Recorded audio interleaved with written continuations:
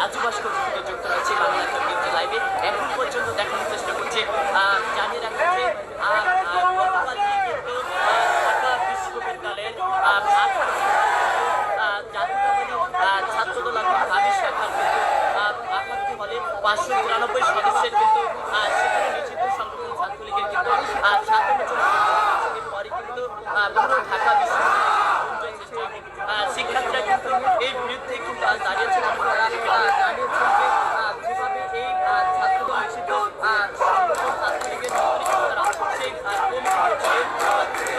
মধ্যে আমরা জানিয়ে শিক্ষার্থীরা জানিয়েছেন যে এই ছাত্রদল ছাত্রলীগের মুখে কিন্তু আসলে রাজনীতি এগিয়ে যাচ্ছে। তবে সাধারণ শিক্ষার্থীরা জানিয়েছেন যে তারা কিন্তু আসলে ডাকসু ছাড়া তারা কোনোই ছাত্র সংগঠনের যে রাজনীতি বা আধিপত্য সেটি কিন্তু এই ক্যাম্পাসে হতে দেবেন না।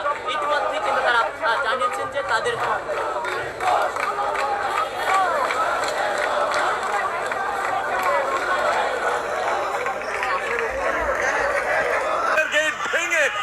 বাহিরে বের হয়ে এসেছে ঢাকা বিশ্ববিদ্যালয়ের রোকেয়া হলের শিক্ষার্থীরা, এবং তারা যেমনটি বলছিলেন যে কোনোভাবেই তাদের হলে কিন্তু তারা হল রাজনীতিকে সমর্থন করবেন না, এবং এখানে কিন্তু হল রাজনীতিকে তারা কোনোভাবেই সাপোর্ট দিবেন না, এবং হলে তারা কোনো ধরনের রাজনীতি কিন্তু চায় না। সেই কারণেই কিন্তু আমরা দেখেছি অনেকের হাতে প্লেট, স্টিলের প্লেট এবং হাড়ি পাতিল নিয়েও কিন্তু তারা সেই জুলাইয়ের যে আন্দোলন তার মতো করে কিন্তু তারা বেরিয়ে এসেছে। সেটি কিন্তু আপনাদেরকে দেখানোর চেষ্টা করছিলাম। দর্শক, এই মুহূর্তে দেখানোর চেষ্টা করছিলাম যে রোকেয়া হলের গেট কিন্তু ভেঙে তারা এই মুহূর্তে বাইরে বেরিয়ে এসেছে, এবং সেটি কিন্তু আপনাদের দেখানোর চেষ্টা করছিলাম যে এই মুহূর্তে ঢাকা বিশ্ববিদ্যালয়ের টিএসসির রাজু ভাস্কর্য চত্বর থেকে শুরু করে প্রায় প্রত্যেকটি হল থেকে খণ্ড খণ্ড মিছিল এসে কিন্তু বেগম রোকেয়া হলের সামনে কিন্তু শিক্ষার্থীরা জড়ো হয়েছে, এবং এখানে কিন্তু নারী শিক্ষার্থীরা